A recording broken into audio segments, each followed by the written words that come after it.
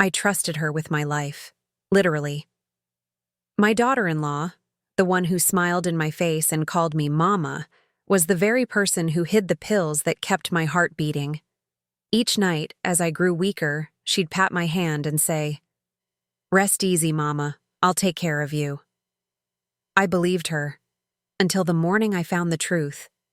When I opened the kitchen cabinet, searching for my medicine, I discovered an empty bottle, tucked behind a row of flour jars.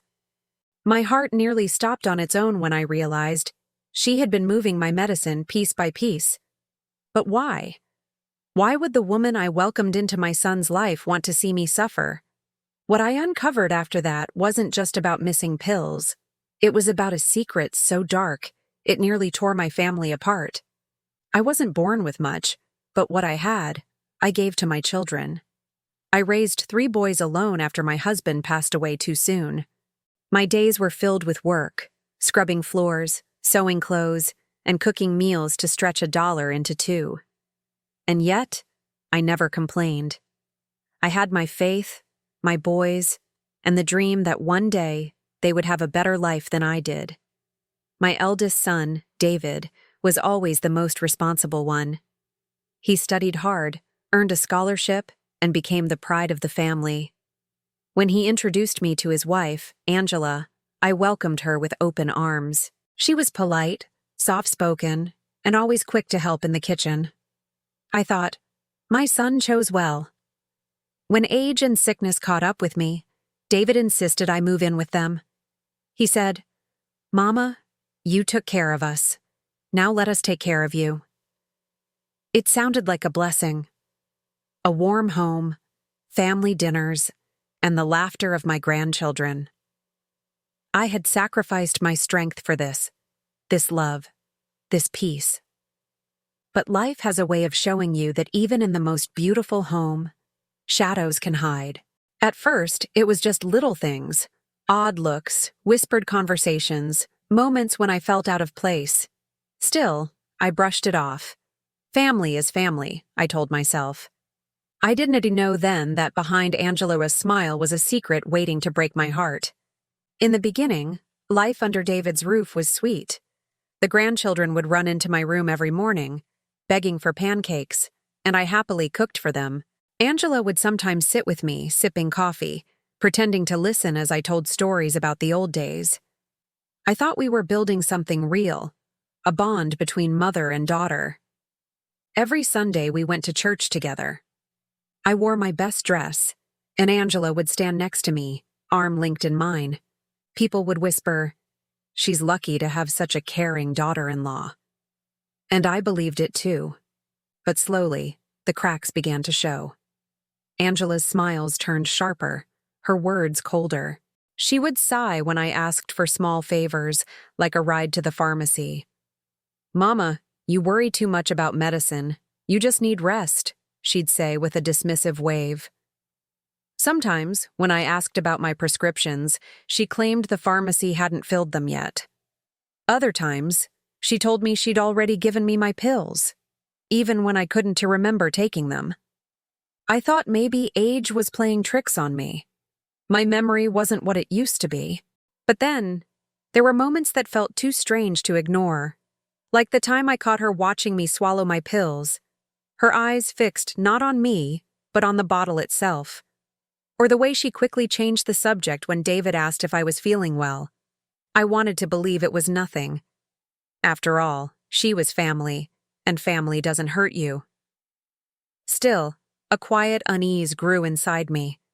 Something wasn't right. And one evening, as I lay in bed, a whisper of dread crept into my thoughts. What if Angela didn't want me to get better? The day everything changed started like any other.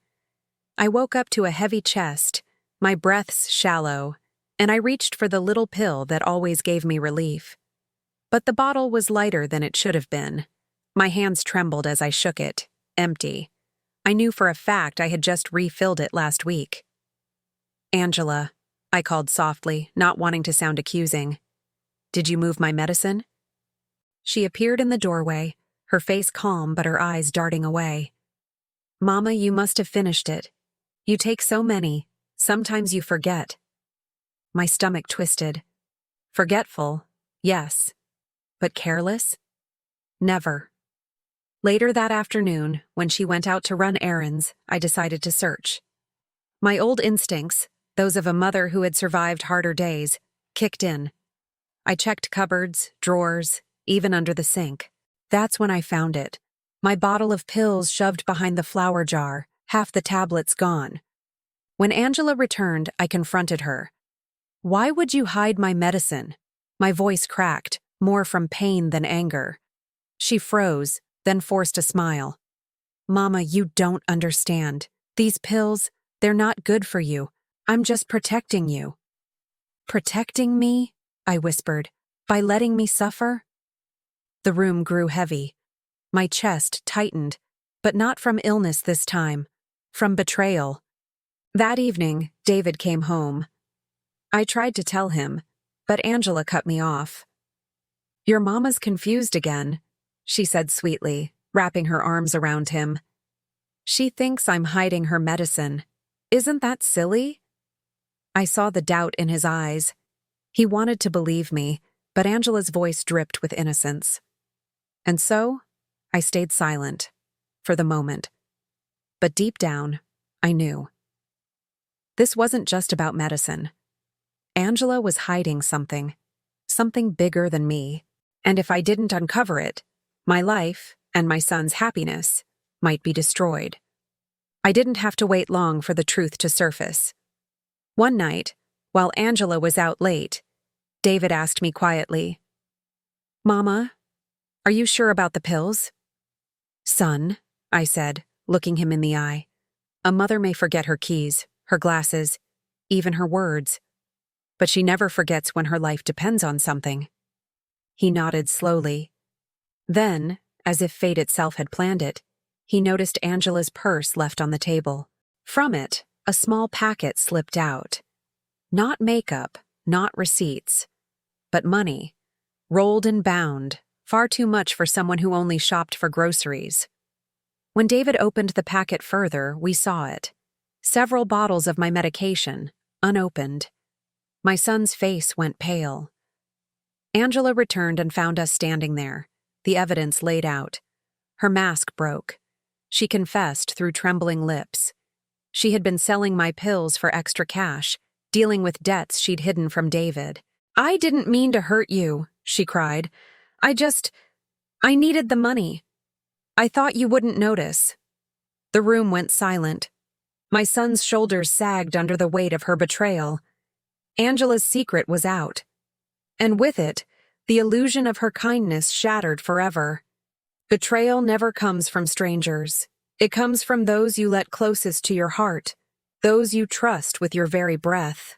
My daughter-in-law thought she could gamble with my life and hide behind a smile.